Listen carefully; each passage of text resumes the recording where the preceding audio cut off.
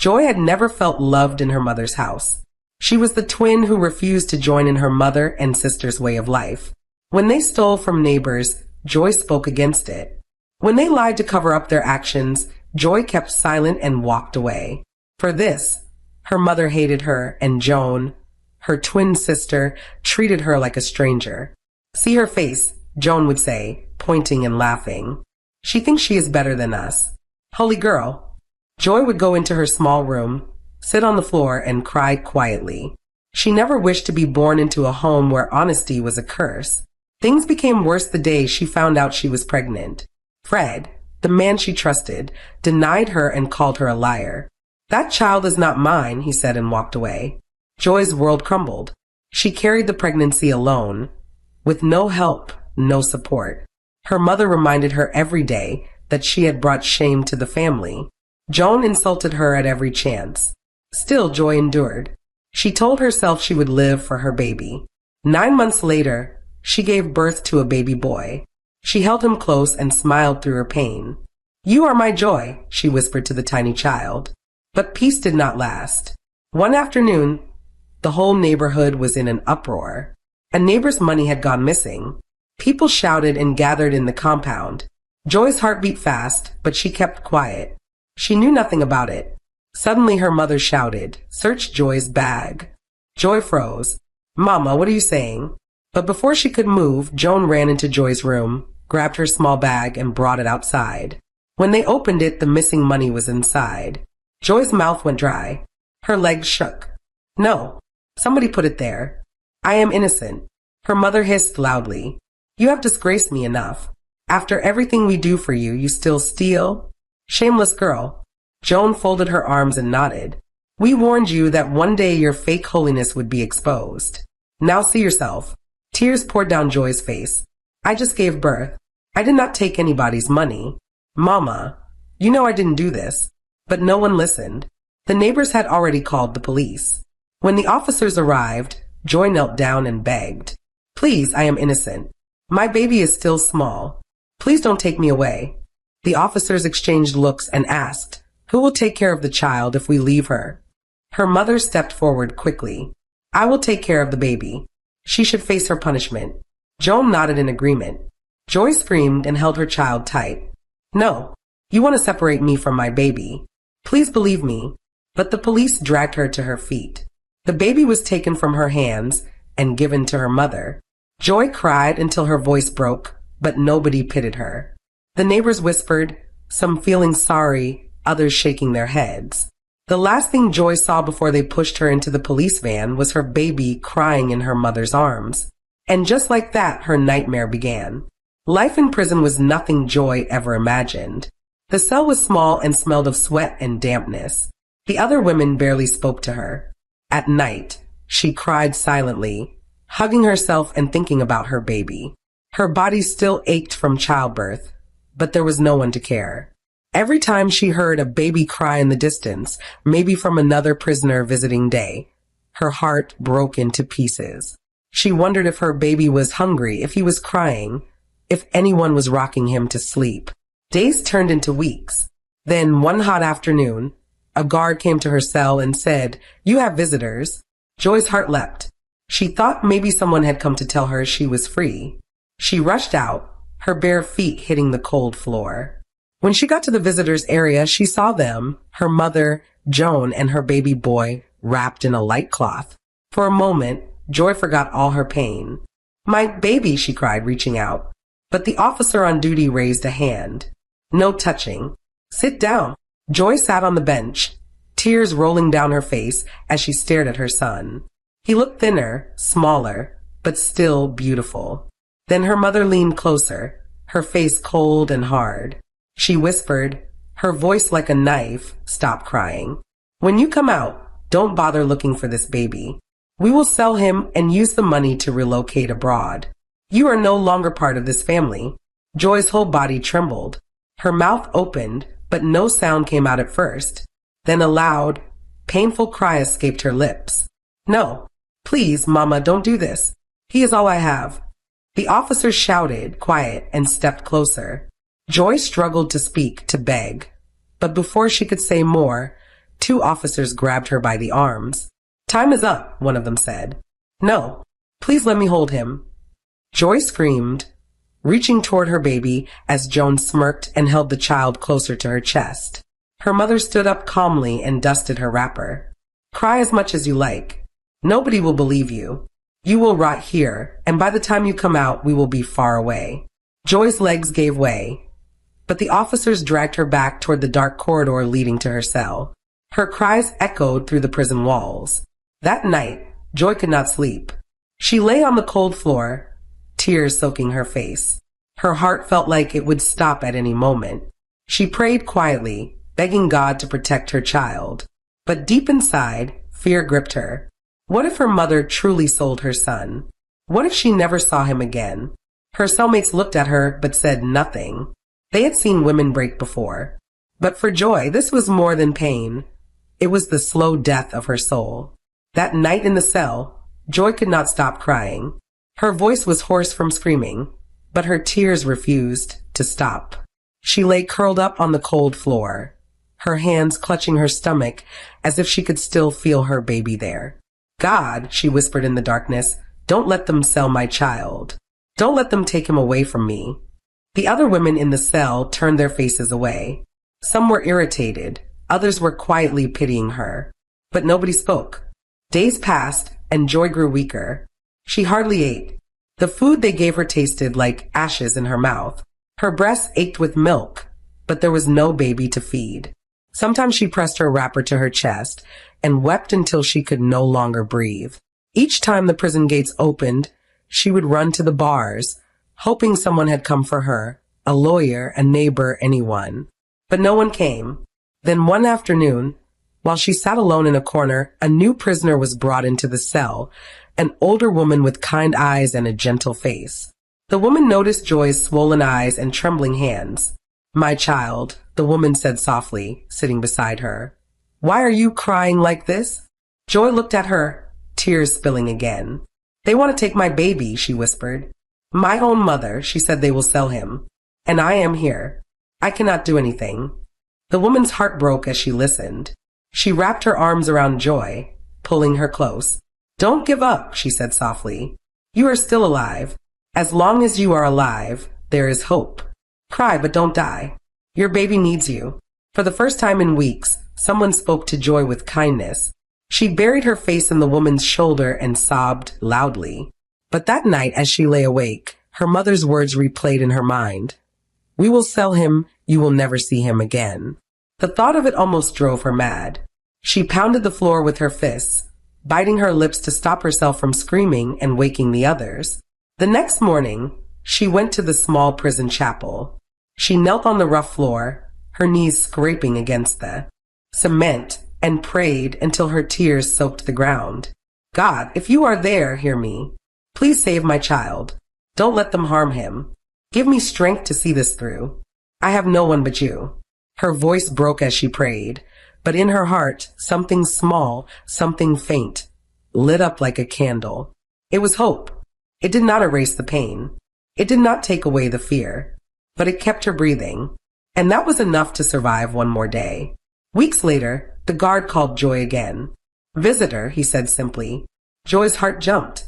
She had prayed every night for a miracle, but deep inside she feared what this visit might bring.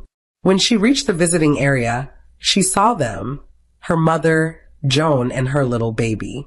This time, the baby looked a little bigger, his tiny fists moving as he whimpered softly. "Please," Joy begged the officer. "Let me hold him today." The officer hesitated, then nodded. Only for a few minutes. Joy's arms shook as they placed the baby in her hands. The moment his warm little body touched her chest, she broke down completely. "My son," she whispered, kissing his head again and again. "I'm so sorry. I couldn't protect you. Forgive me."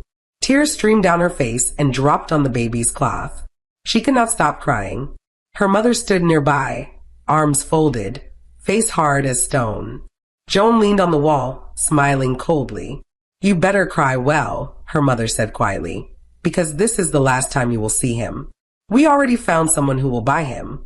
You should be happy. He will have a better life than you can ever give." Joy's heart shattered. Mama, please, she cried. He is all I have. I will work. I will do anything. Just don't take him from me. But Joan laughed, her voice sharp. Save your tears. We are leaving this country soon.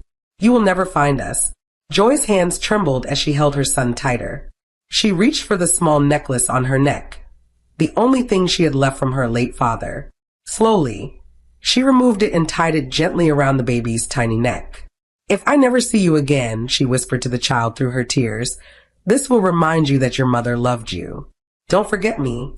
Just then, the officer's voice cut through the room. Time is up. Joy shook her head violently. Please, just a little more time.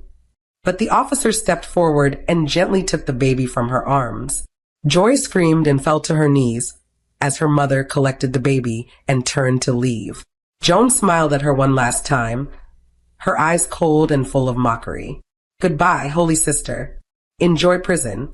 Joy reached her hands toward them, tears running freely down her face, but they were already walking away. The last thing she saw was her baby's little hand waving in the air as they disappeared through the prison gate. The officer dragged Joy back to her cell. She could barely walk. Her body shook with grief, and when she reached the corner of her cell, she collapsed on the floor, weeping until her chest ached. That night, Joy lay awake staring at the ceiling, her heart empty. She had nothing left to lose, but deep in her soul she made a silent vow. If she ever came out of that place alive, she would find her child. No matter where they went, no matter how long it took, she would search. And she would not stop until she had him back. The day after the prison visit, Joy's mother woke up early and dressed in her best wrapper. Joan did the same, wearing a bright blouse and tying a scarf around her head. They were not mourning. They were preparing. By afternoon, a black car drove into the compound. A wealthy-looking couple stepped out, the woman holding a small blanket, the man carrying a black leather bag. Joy's mother smiled and greeted them warmly. You are welcome, she said, her voice soft and fake sweet. The child is inside. Joan brought out Joy's baby, wrapped in a clean cloth. The child was asleep, innocent, unaware of what was about to happen. The couple looked at him and nodded. Perfect, the man said. Then he opened the bag and pulled out an envelope. He handed it to Joy's mother. She quickly opened it and saw the thick bundles of cash. Her eyes shone. Joan peeped inside and grinned. This is enough, their mother said proudly. We can leave this country at last. The woman from the couple reached for the baby. Joy's mother hesitated for just a moment, then placed the child into her arms. The baby stirred, letting out a soft cry, but no one cared. The couple thanked them, got back into their car, and drove away with Joy's baby. When the car disappeared down the road, Joy's mother clapped her hands together and laughed loudly. Joan jumped up and down like a child who had just been given sweets. Finally, Joan shouted, No more crying, no more problems. We are free. They went into the house, spread the money on the bed, and began to count it. They counted until their fingers ached, laughing with excitement. That same week, they sold the family house, the only place Joy had ever called home. Neighbors watched in silence as buyers carried things out of the compound. Where are you going? One of them asked. To start a new life abroad, Joy's mother replied proudly. We are done with this place. By the end of the month, they packed their clothes, their money, and whatever pride they had left. Without looking back, they left the country. No one told Joy what happened. She only heard whispers from other prisoners that her family had sold the house and traveled out. Joy sat in her cell, staring at the wall, tears running down her face. Somewhere far away, her son was being raised by strangers, and she was powerless to stop it. But deep in her chest, her vow grew stronger. If she lived to leave prison, she would search the whole world for her child. And if she ever faced her mother and Joan again, they would know that the girl they despised was no longer helpless. Life inside the prison grew harder with each passing day. Joy was assigned to sweep the dusty courtyard at dawn, wash the dirty toilets, and carry buckets of water heavier than her own body. Her hands became rough and bruised. Her feet cracked from walking barefoot on the hard ground. Sometimes the food was so bad she could not eat it. On those nights, she lay on the cold floor with her stomach empty and her heart full of pain. Her baby was always on her mind. Is he hungry? She would wonder. Is he warm? Does anyone sing to him when he cries? Or do they beat him and shout at him like Mama used to do to me? These thoughts weakened her soul more than the prison labor ever could. At night, when the others were asleep, Joy would cry silently, biting the corner of her wrapper to stop her sobs from waking the cell. Tears soaked the hard ground until it looked like a little stream beside her head. Some nights, sleep came late, and when it finally came, it brought dreams that cut her heart deeper. She would see her baby standing at a distance, stretching out his hands to her. Mama, he would call softly, and she would run toward him. But just before she reached him, her mother and Joan would appear, snatch him away, and laugh as they disappeared into the dark. Joy would wake up with a loud scream, her chest pounding. The other women would shake their heads and turn away. One morning, after another night of weeping, Joy was too weak to stand. The prison matron shouted at her to get up, but her legs felt heavy as stone. I can't, she whispered. You must, the matron barked. 2 guards dragged her to the yard and forced her to work. Joy bent under the weight of the buckets, her body shaking, but she did not stop. She was no longer living for herself. She was living for her son. Every day she told herself, I will come out of here alive. I will find him. Even if it takes the rest of my life, I will find him. But at night, when the cell was quiet and the moonlight came through the small window, Joy would curl into a ball and whisper to the darkness, God, please let him be safe. Please let them love him.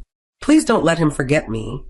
And then, with tears still wet on her face, she would cry herself to sleep. The day finally came. The prison gate creaked open, and Joy was called to the office. The warden looked at her with tired eyes and said, Your time is finished. You can go. Joy's heart pounded. For a moment, she could not move. Then slowly she stepped outside. The sun was bright and hot on her skin. The first time she had felt sunlight without bars in months. She stood still, looking around. The world felt strange. People walked freely, carrying baskets, laughing, talking. Children ran past her, playing. She felt like she had landed on another planet. Her feet were bare, her wrapper faded, her face thin. She had no home to return to. Her mother had sold it. She had no money, no friend waiting outside. She was completely alone. But worst of all, she had no baby in her arms. Joy walked slowly out of the prison compound, her heart heavy. Each step felt like carrying a mountain. When she reached the main road, she sat under a tree and wept. Where do I start? She asked herself. Where do I even begin to look for him? Memories of her last visit with her son came rushing back. She could still feel his soft skin against her chest, still see the necklace she tied around his neck. That necklace, she whispered. One day he will know it was from me. Joy stood up and began to walk. She had no plan, but she knew she could not sit still. She started by asking neighbors what had happened after she was arrested. One of the women shook her head sadly. Your mother sold the house and left. Nobody knows where they went. Joy's heart sank. Did anyone see who took my baby? She asked desperately. The woman nodded slowly. A rich couple. They came in a car. They left the same day. Since then, your mother and Joan have not been seen. Joy thanked her and walked away, her tears falling freely. That night, she slept outside under the open sky. She curled up on the cold ground and cried until she could no longer cry. But in the quiet of the night, a voice seemed to whisper in her heart, Get up, Joy. You are still alive. The story is not over. The next morning, she woke up with a new fire inside her. She washed her face at a public tap, tightened her wrapper, and said to herself, I will search for them. I don't care how long it takes. I will find my child. She had nothing, no house, no money, no family. But she had a vow. And with every step she took, the vow grew stronger. Joy arrived in the city with nothing but the clothes on her back and the strength of her heart. The noise, the smell of smoke and roasted corn, the endless rush of people, it was overwhelming. She had no family to stay with, no money for a room. For days, she slept under a bridge with other homeless women. Hunger clawed at her stomach, but the thought of her baby kept her alive. Each morning, she would rise before dawn and walk through the busy streets, asking strangers for work. Madam, please, she begged one woman at a restaurant. I can wash plates. I can sweep. Anything. But most turned her away. One afternoon, as she sat by the roadside, a middle-aged man selling fruits noticed her pale face. Sister, are you hungry? He asked. Joy nodded silently. He gave her a small bunch of bananas. Eat this. And listen. I know a woman who is looking for someone to take care of her son. You look like someone who needs work. Should I take you there? Joy's heart beat fast. Could this be her chance? She nodded quickly. Please take me. The man led her to a large, quiet compound on the edge of the city. The gate was tall, painted green, with flowers planted by the sides. Joy's bare feet hesitated at the entrance. It had been so long since she stood in front of a house that looked this peaceful. Inside, a kind-looking woman sat under a tree with a little boy playing beside her. The woman's eyes softened when she saw Joy. So you are the one he told me about, she said gently. Yes, Ma, Joy replied, bowing her head. The woman studied her for a moment, then said, I need someone patient and careful to take care of my son while I work. I have seen many people, but none looked serious. Something tells me you are different. Tears filled Joy's eyes. Patient and careful. That was exactly what her baby needed from her, but she had been denied the chance to give it. I will take care of him like he is mine, Joy said softly. The woman smiled. You can start tomorrow. I will give you a small room in the boys' quarters so you will not sleep outside again. Joy's heart swelled. She looked at the little boy, who had now come closer, holding a toy car in his hand. He looked up at her with innocent eyes, and something inside Joy broke. She knelt down and touched his cheek gently. Hello, she whispered, her voice shaking. The boy smiled shyly, and for a brief moment, Joy felt as though God had given her a reason to keep living. That night, as she lay on a borrowed mat, she whispered to the stars, God, thank you. Maybe this is the beginning of my story changing. Please, keep my own son safe until I find him. And for the first time since leaving prison, Joy slept without crying.